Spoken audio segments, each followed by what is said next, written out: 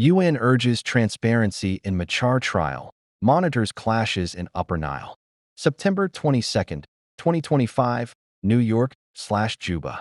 United Nations Secretary-General Antonio Guterres said Monday the world body is closely monitoring the trial of South Sudan's suspended first vice president Dr. Riek Machar, urging authorities to ensure proceedings meet international standards of fairness and transparency.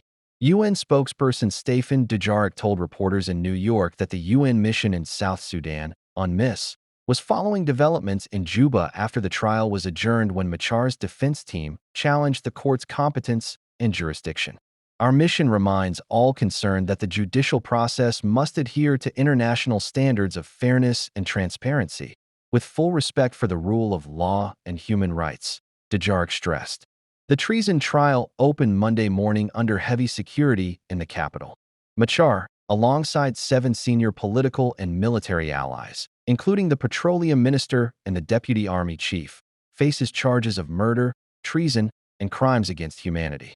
The accusations are linked to attacks allegedly carried out by the White Army militia in Nasir County earlier this year. Jerry Raimondo Legg, Machar's lead defense lawyer, dismissed the proceedings as unconstitutional and unlawful, arguing that Machar retains immunity as first vice president under the 2018 peace deal. Prosecutor Aho Oniohisa Igil countered that the defense arguments were weak. Separately, de Jarrick confirmed that UNMISS is verifying reports of fresh clashes between government forces and White Army, affiliated armed groups in Upper Nile State's Nasir County. The mission reported casualties and reiterated calls for an immediate end to hostilities. President Salva Kiir and Machar remain uneasy partners in a fragile transitional coalition established under the 2018 peace agreement that ended South Sudan's civil war. Assaults, media restrictions at Machar trial reflect South Sudan's shrinking civic space. By Go Explore 251, Juba, September 22, 2025. The opening of suspended First Vice President Riek Machar's trial in Juba was meant to showcase transparency in one of the most politically charged cases since South Sudan's independence. Instead, it has raised deep concerns about press freedom, civic space, and the rule of law in the country. While the trial was broadcast live for 3 hours on state television, behind the scenes, journalists and civil society representatives reported harassment, assaults, and arbitrary detention at the hands of security forces. These incidents highlight a pattern of state suppression that critics say undermines the government's credibility at a time when the eyes of the region and international community are on Juba. Journalists and activists targeted. Freelance journalist George Ruat was one of several media workers denied access to the courtroom despite carrying valid accreditation. Ruat said he was beaten, threatened at gunpoint, and detained for over an hour after police accused him of taking unauthorized photos. His identification documents remain confiscated. Civil rights activist Terminion Gatwech, who heads the Center for Peace and Advocacy, CPA, described a more harrowing ordeal. Denied entry despite arriving early. He said he was targeted by officers who recognized him as a vocal critic of government abuses. He was kicked, suffocated with a dirty cloth, and driven around in a National Security Service vehicle before eventually being returned to Freedom Hall. I was targeted because I am a newer human rights defender, he alleged, noting that ethnic profiling compounded the abuse he suffered. Both men condemned the violence, with Mignon calling for systemic reforms to curb arbitrary arrests and ethnic targeting by state security forces. Media blackout beyond state TV. Only the state-run South Sudan Broadcasting Corporation, SSBC, was granted full courtroom access, while independent journalists were sidelined. Oyet Patrick Charles, president of the Union of Journalists of South Sudan, UJOS, criticized the Ministry of Information for imposing additional clearance requirements, calling the move a violation of press freedom. This is not acceptable, Oyet said. Restricting coverage denies the public the opportunity to know what is going on and forces them into one choice. Civil society leader Edmund Yakani warned that such restrictions reinforce a culture of media suppression. He also highlighted the temporary closure of Juba's bustling custom market during the trial, which he said disrupted daily livelihoods and further demonstrated how security crackdowns ripple into ordinary citizens' lives. A trial under heavy scrutiny. Machar, appearing in a defendant's cage with 7 co-accused, challenged the jurisdiction and composition of the court, forcing adjournment until Tuesday. His trial comes after months of political turbulence, his suspension in March, and renewed violence in parts of Upper Nile and Equatoria. Observers say the trial is a test not only of Machar's political future, but also of whether South Sudan's judiciary can operate independently under immense political pressure. Broader implications. The assaults on Ruat and Miniong, the restrictions on media, and the climate of fear surrounding the trial underscore a larger problem: the shrinking civic space in South Sudan. Despite constitutional guarantees of free expression and association, journalists and activists continue to face harassment, detention, and threats. For many, the trial is not only about Machar, but about South Sudan's fragile democratic trajectory. If the government cannot safeguard basic rights during such a high-profile case, critics argue, it sends a chilling message about how dissent and accountability are treated in less visible circumstances. As Yakani put it, this trial is not only about Riek Machar. It is about whether South Sudan can respect its own laws and uphold the principles of democracy. Security officials declined to comment on the reported abuses. Day 2 of Machar's trial adjourned to September 24th. Juba, September 23, 2025. The trial of suspended First Vice President Dr. Riek Machar and 7 other senior opposition politicians entered its second day on Tuesday, but was adjourned until Wednesday, September 24, 2025. The presiding judge announced that all media organizations will be allowed to cover the proceedings, either through televised broadcasts or live video streaming, in a move seen as an effort to ensure transparency. Breaking update style. Breaking. Dr. Riek Machar's trial adjourned again. Day 2 session postponed to September 24, 2025. Judge says all media free to televise and live stream the proceedings.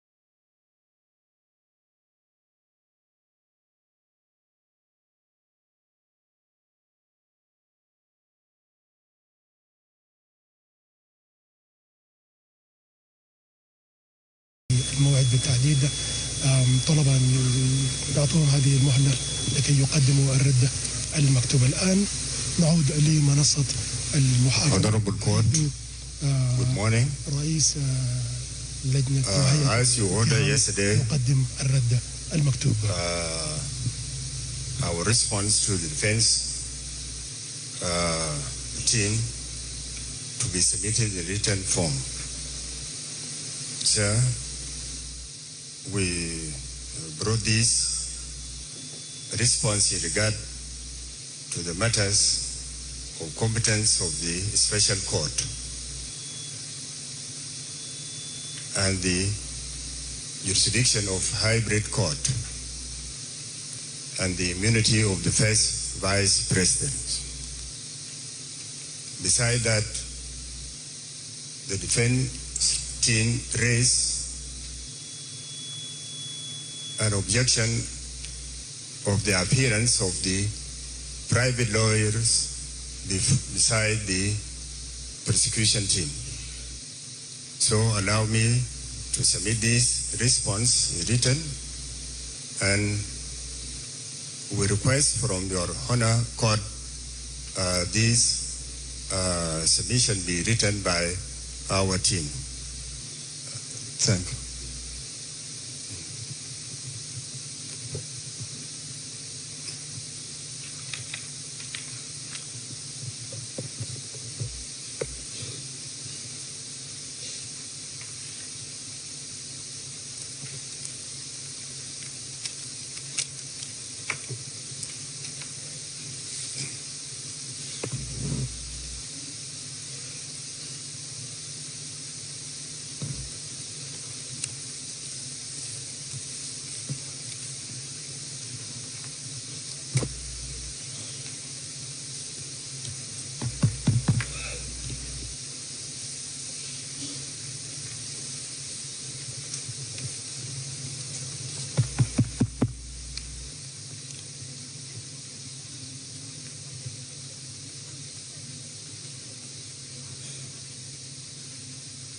May it please this court, the presiding justice.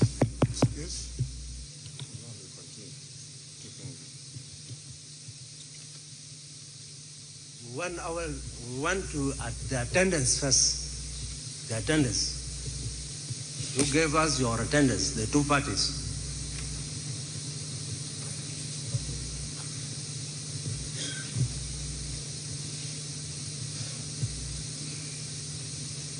Denga Shwila Dia, Consideran,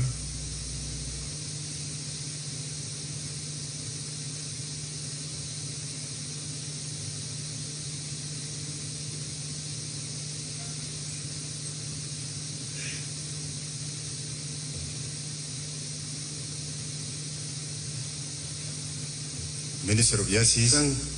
Thank you. And the presence of the investigator and the complainant.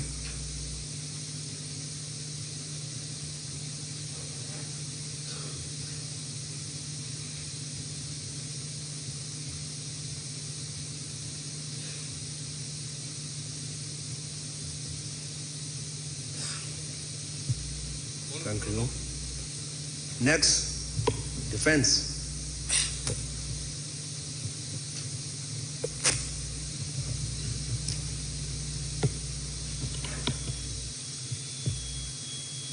Good morning, Your Lordship, my colleagues in the side of prosecutions, the accused people, you people of South Sudan.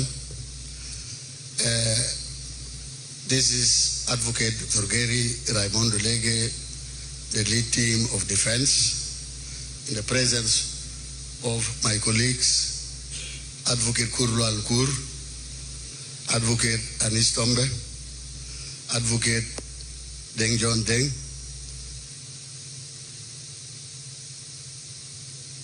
Advocate Warnyang, Kir Warnyang,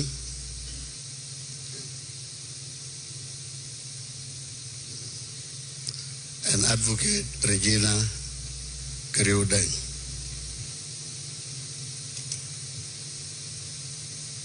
Yes, thank you.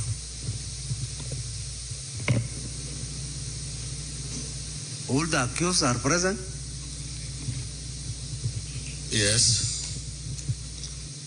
The first accused. I think the accused should be put in order according to the accused number 1, number 2, accordingly.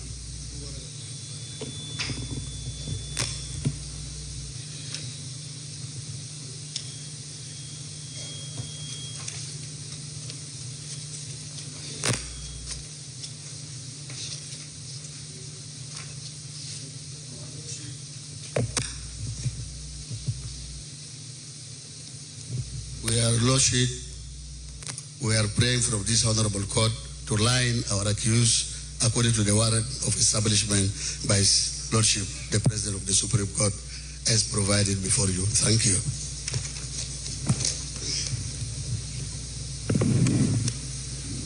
Accused number one.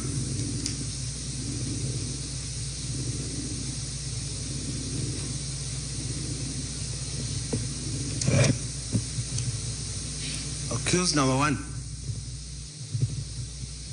Riek Machar Durgun. What?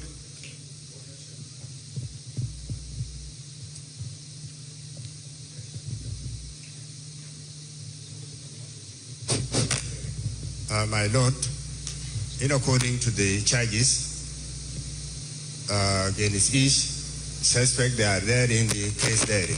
According, their numbers, according to the case diary, when they were investigated, they were put in that number. So the accused number one is Port Kang, according to what is there in the case diary. Yes, where is Port Kang? Port Kang is right here. Port Kang, okay. Yes.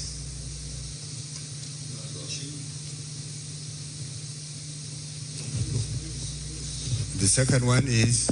Please give me your particulars.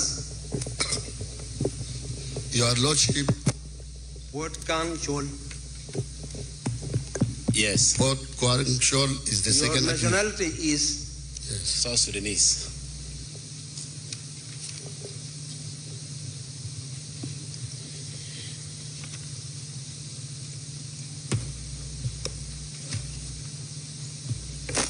Where are you residing? I'm now in Blue House. Yes? I'm now staying in Blue House for the last 7 months. No, your residence, before you could be arrested. This is what I mean. Tongping.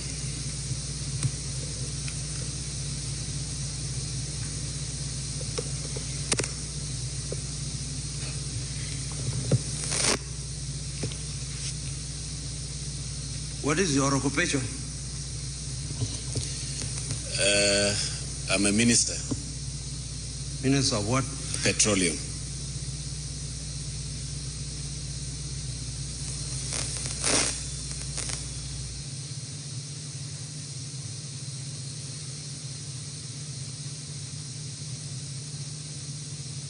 What is your religion? Christian.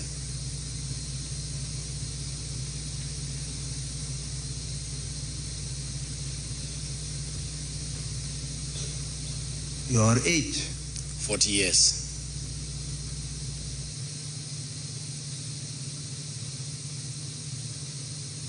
Social status? Married.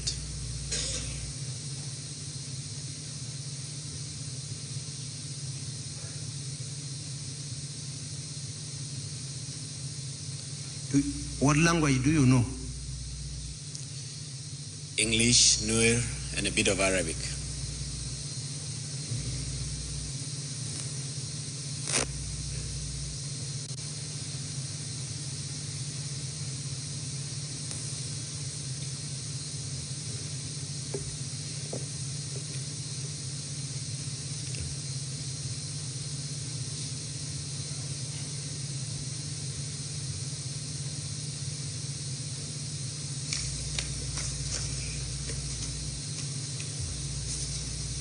Next.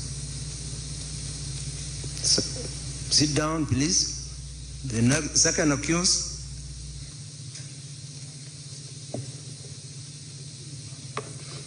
Mampal. Yes.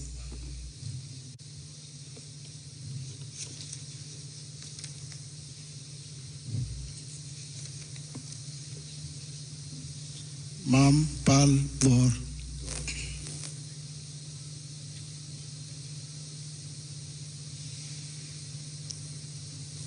Where are you?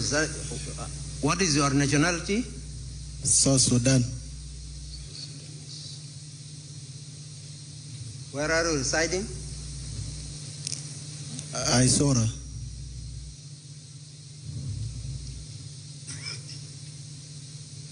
but I was arrested from airport, traveling to Kampala. Okay. Occupation? Businessman.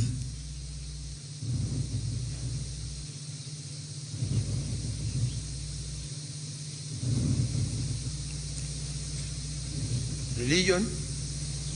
Christian.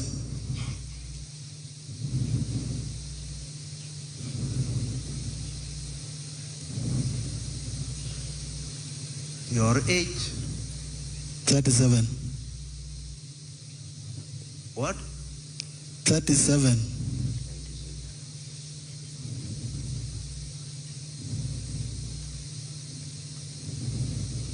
Social status? I'm married.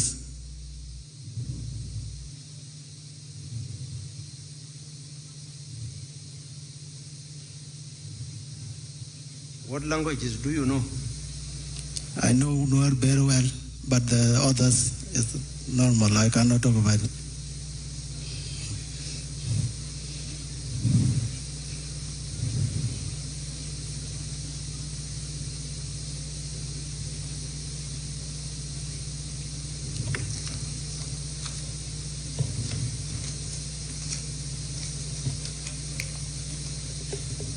The third accused? Gadwich Lam Poch. Gadwich Lam Poch.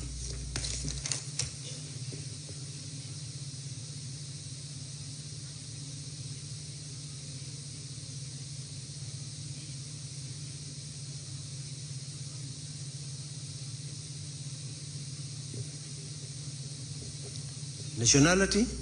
South Sudanese.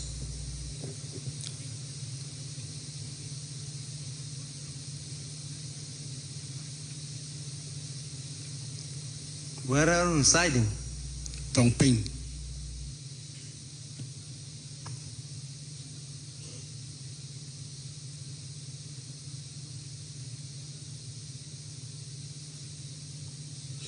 Occupation? Member of Parliament, National Legislative Assembly.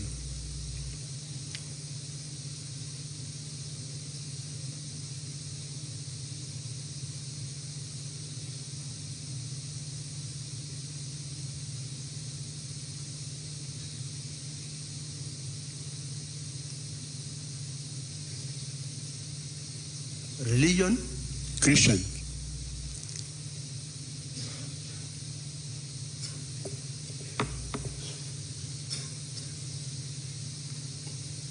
Your age? 66. 66? 66. Are you doubting it?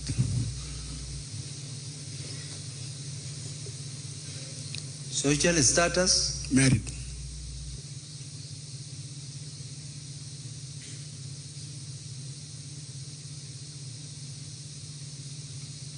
The languages you know? Nuer, English, Arabic, bit of Sholo, bit of Dinka.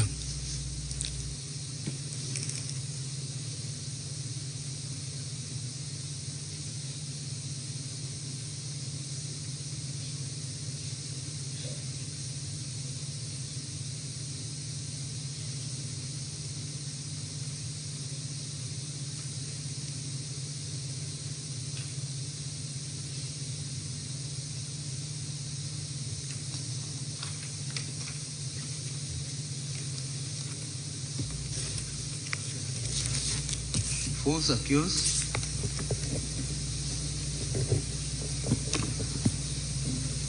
Accused, Lieutenant General Gabriel Doop Lam.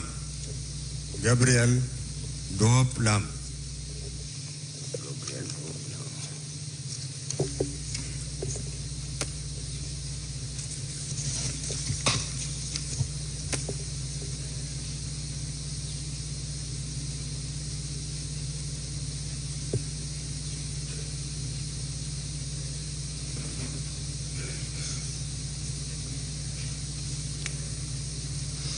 Gabriel Doop Lam. Your Yes. nationality? nationality South Sudanese.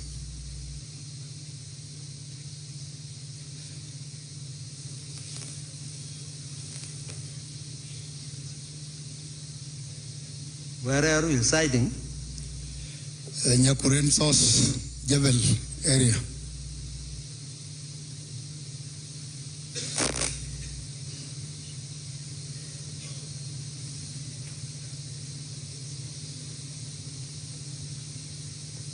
Occupation? General in the Army, Deputy Chief of Staff, White Deputy Chief of Defense Forces, Acting Chief of the SPLA-IO, and Co-Chair of Joint Defense Board.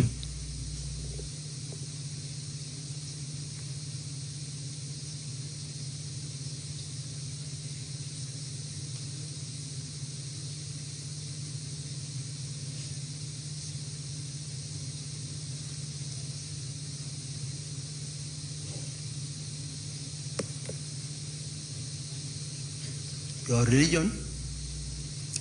Christianity.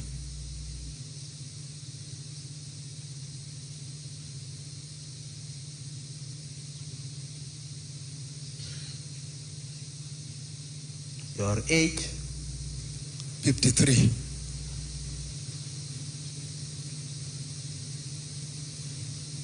Social status? Married.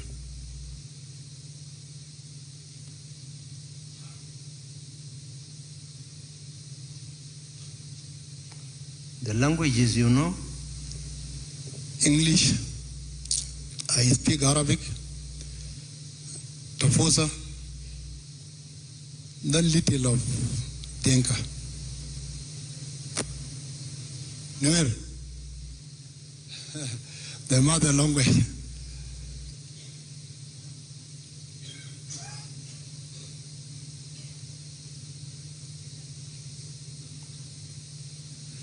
Sit down. The fifth accused, Dr. Riek Machar Teng.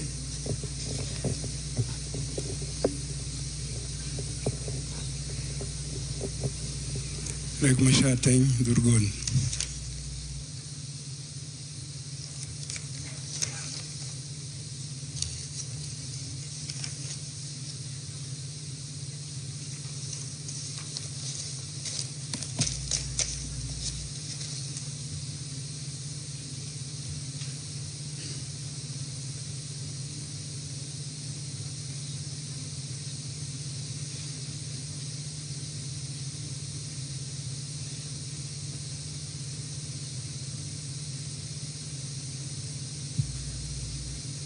Your nationality? South Sudanese.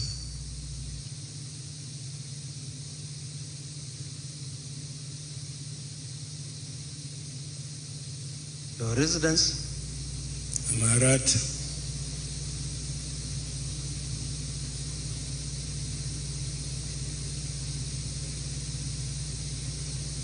Occupation? First Vice President of the Republic.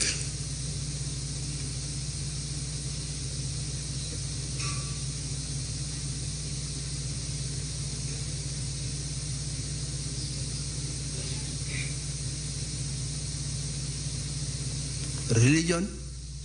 Christian.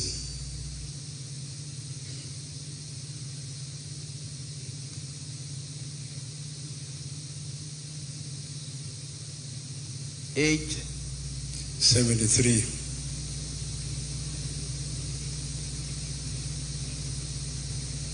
Social status? Married.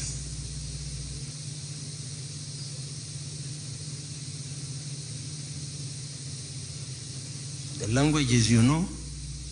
Nuer, English, Arabic, little bit of Shola, little bit of Dinka.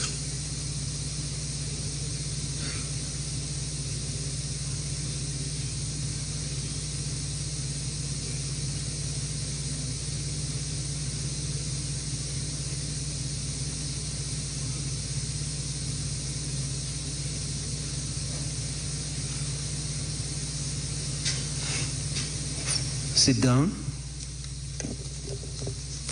Next. The six accused, Brigadier Camilio Gadmai Kell.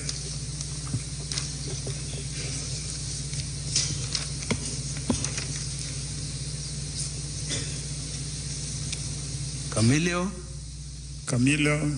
Gadmai Kell.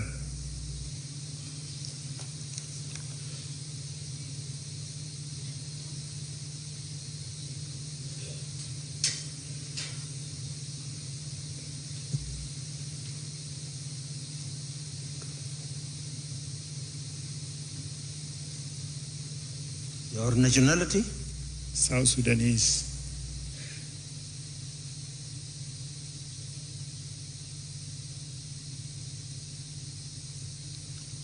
Place of residence? Tongping.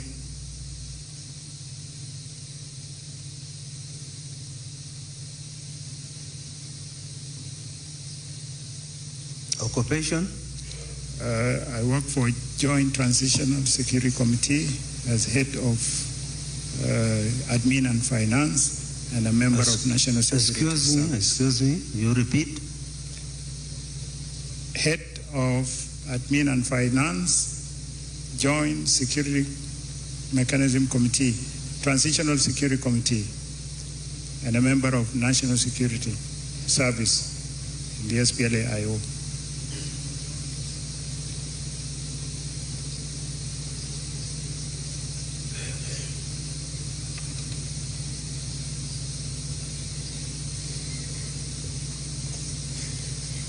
Religion?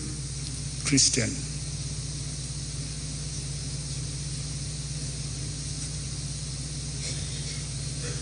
Age?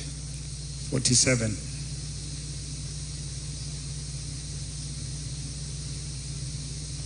Social status? Married.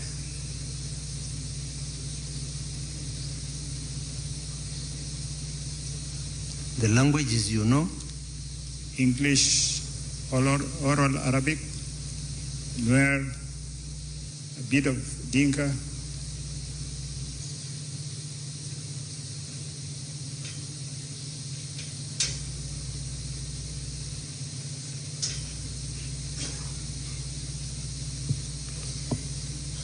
Sit down. The seven accused, Lance Corporal First LT Madingyak Riek.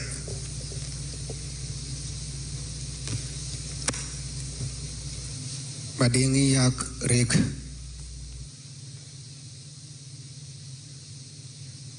Madingyak Riek.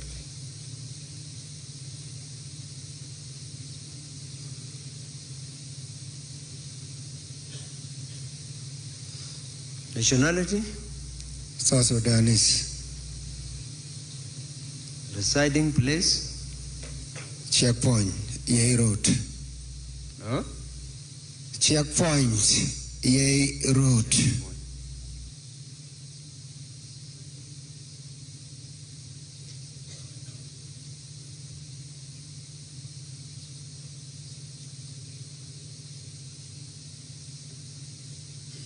Occupation?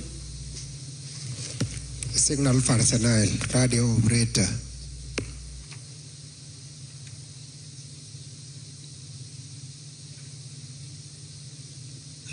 Religion? Christian.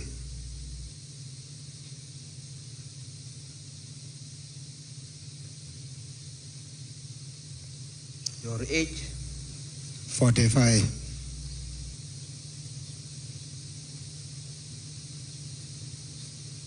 Social status? Marriage.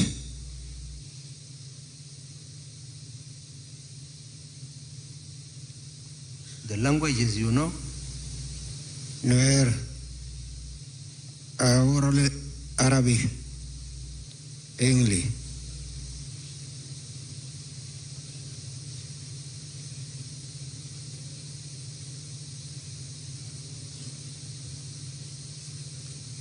Sit down.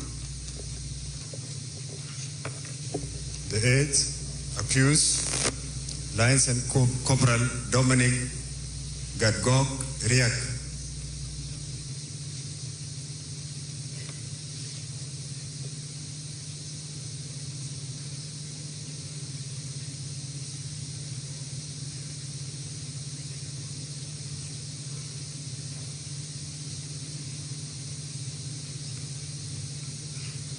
Your nationality? South Sudanese.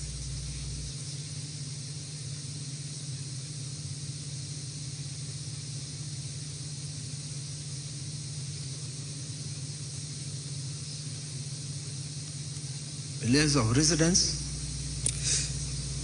Zarat.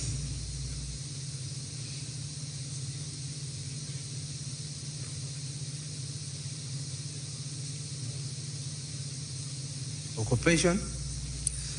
Working in generator in Opus of Irish resident. Sorry? I'm working in generator in Opus of Irish resident.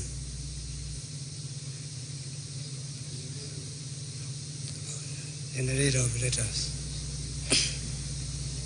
Your religion? Christianity.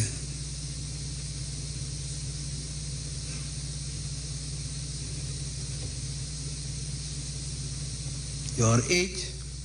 27.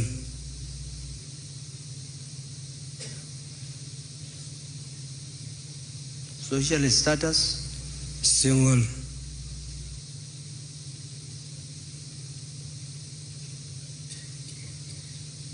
The languages you know? Near English, few of Arabic.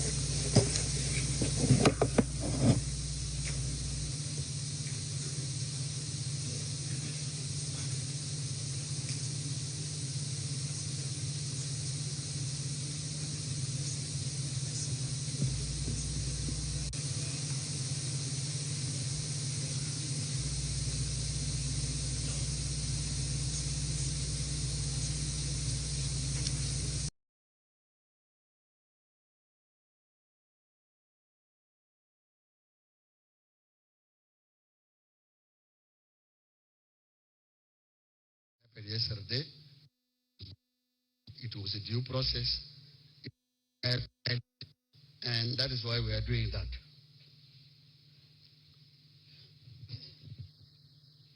Continue. Yes.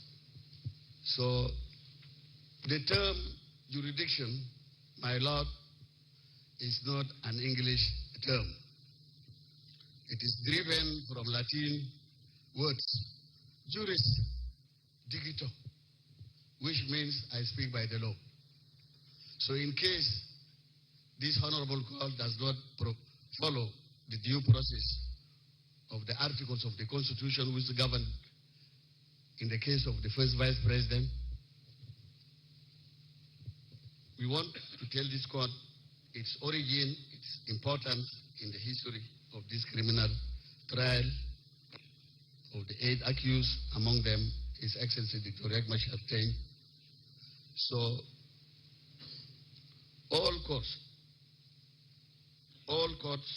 in the world are dotted with the 12-letter jurisdiction. Jurisdiction is an all as the law itself. Excuse, there is... Yes? My lord, Yeah. I think my colleague is created another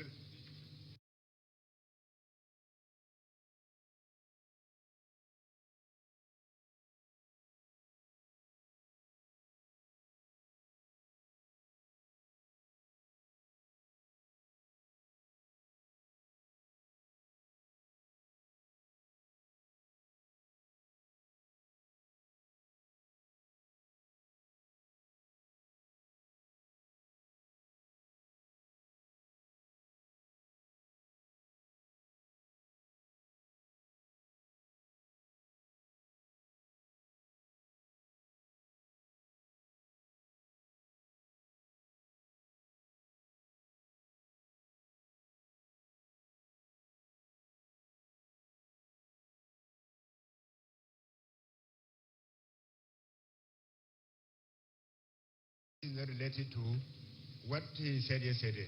This is a new objection. Pages, but let me concentrate on the jurisdiction. My Lord, yesterday, despite the fact that they came with a written submission and were not served earlier, we labored to respond orally in a summarized manner befitting the needs of this very court. Today, we brought the same. The detailed content of our summarized submission yesterday. Unfortunately, this court has deemed it right that we don't read the same, and we have accepted the same. Unfortunately, it seems where our colleagues have been given a chance to only comment on our response to the defense, they are again being given a chance to read a literature to this court, and seems this court wants to entertain the same. It is unfair. So we object to this, my Lords Justices. At the end of the day, what you said and what you're saying and what he said and what he's saying are reduced in written form. These are the papers that we will be keeping, and there's our whatever on them. So we have no any problem with them to give their summary verbally, since it is written. As you did yesterday, we give you a chance. You address the court verbally, and at the end you submitted your written statements. So no problem. Let us proceed. We just reminding the defense to try to summarize. Otherwise, welcome. Fadal. Thank you, Your Lordship. I want just to remind our colleagues in the prosecution that all of us in the panel, prosecution, and us here, we were taught the law of evidence.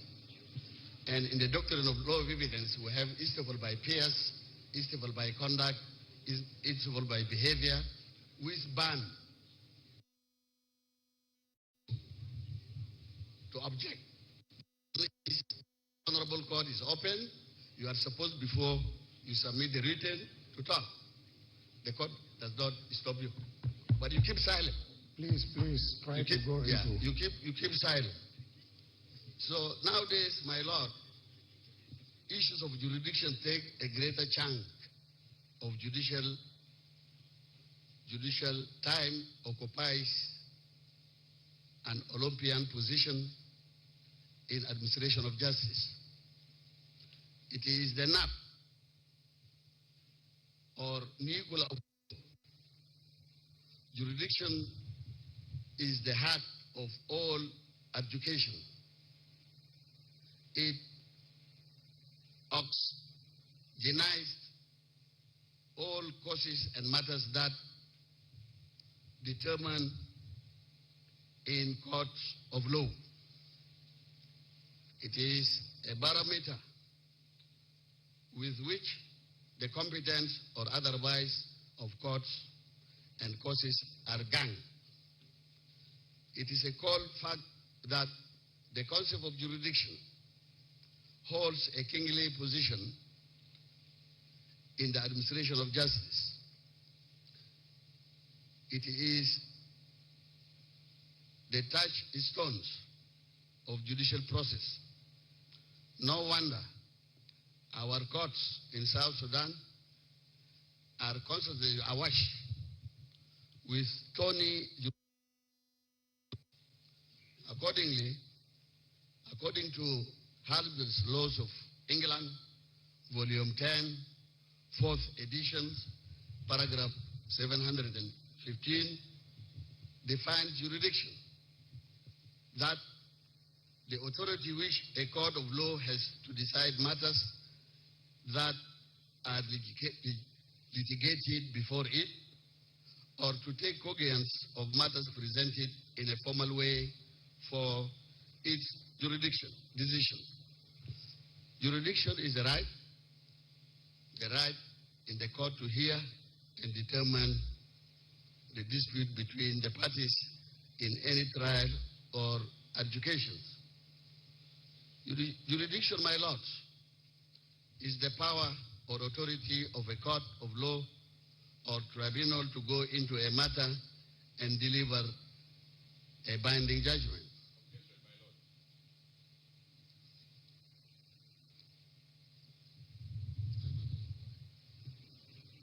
Really?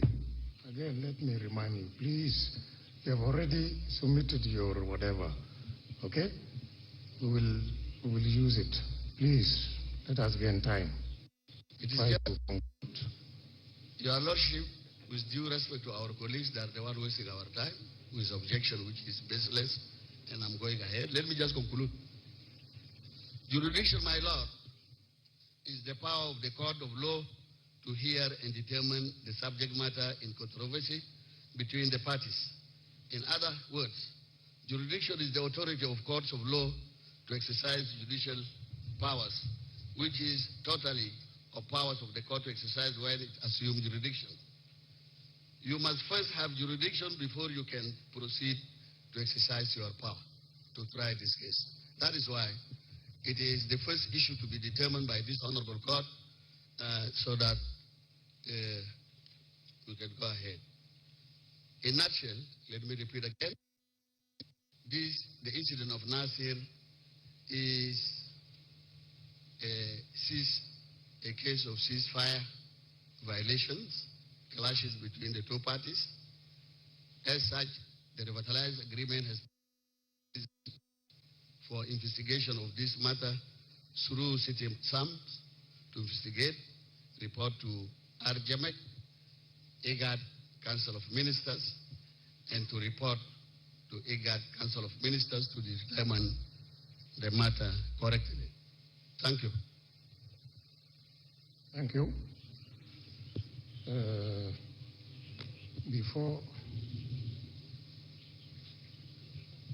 going to decide on the matters that we have raised, we would like to inform the audience that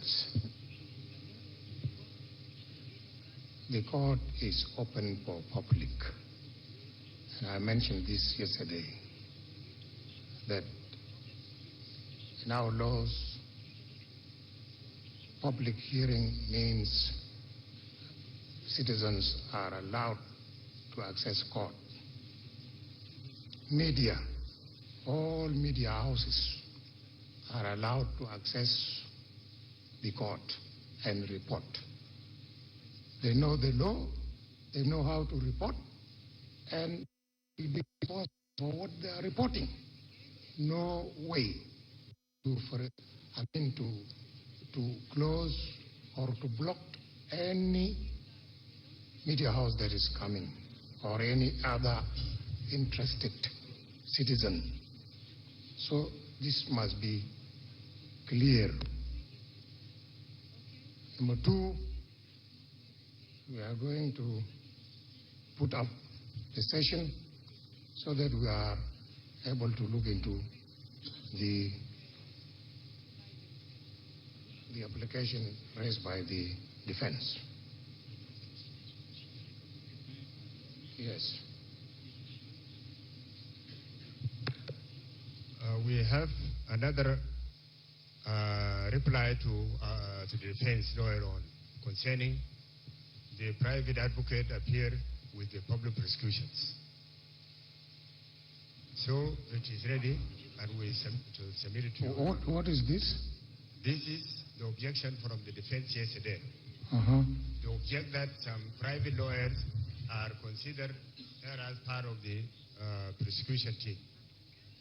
So it is not within their application that you submitted yesterday? No, they raised this yesterday.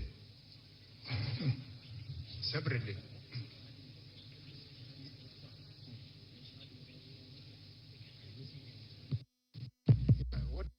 What we're presuming is that all whatever they objected for is within the written reply, the application that they yesterday, and we gave them the right to reply, and then, we give you the right to reply and also the right to comment, and this is the procedure.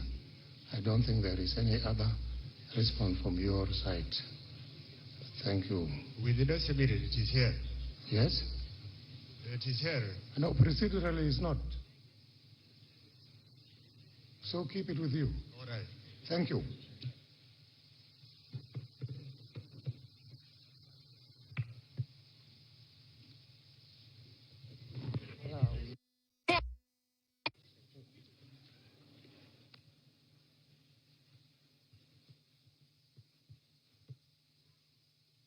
The session tomorrow, the same time. Thank you.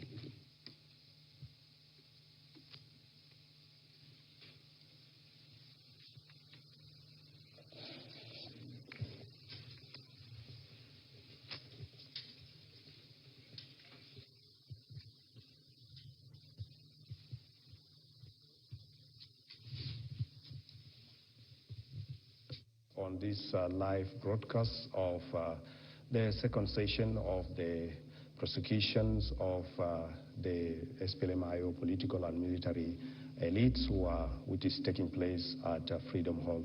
Basically what happened today is that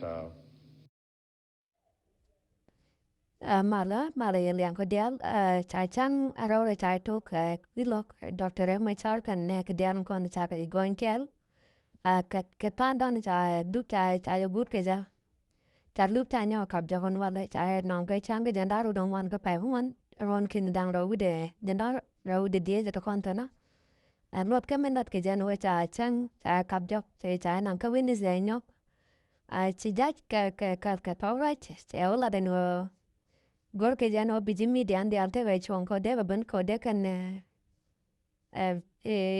sa sende kan blat ka life de wi jane ideal miram kan man wa lo andara ta kalon ko dare tan don lat ke lu we ke mo lu we da andara nen gwa de teten mando de no kan war gan to kon ja no ne da kon en defando ye dun kuma ke dun sal ko ke me yadit la ta jo jano wargam ni kan ijigan ko don kala ka base ka constitution ke tala batum ka roden ten ka constitution don kuna luka ja na mo amaroda mendap right ko baya kap kurun duno mendini den longo chi kwarlo ke judge chikana lara no teji media ne te kan ge chuan ko de kaban te human right activist de te ge chuan ko de kaban a te citizen ne nin South Sudan te kan ge chuan ko de ran ben gwalo gamo amilang raro ko de ran ben chikana malat ke ka tawra ken wo ke changaron ke janta ngche janta ko pai dolat ke ja a bene diar bi ben ko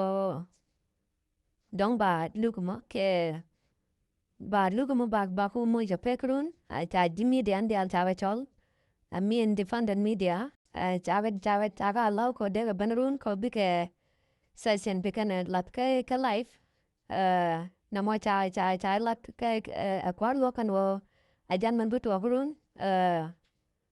ta chang nyo kap ke chang oro no nyok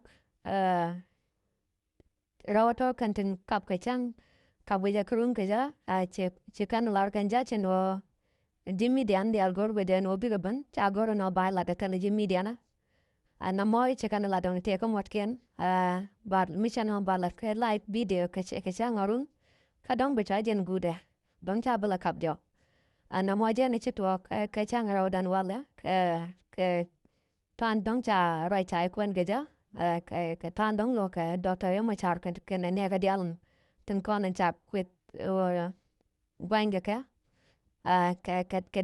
der me ken kanalat na mo je ne to yen lian ko dial ante ne yan o bia mo tin kel ga ne ke chang ro no ko bane gulok bane gorkel mi jera me pai ban gore ya no bi channel am bi subscribe at kai bi nya ka man ku milo no bi share ka ku ya ma chala la ta long ka ta dun kel kane anama ajanta dong chi but karach ke chi but karay ala ka janta ja ka ku chang ron ga ja bana wo ka mata fan kel ko bana leng and jak bane kanker abia temar.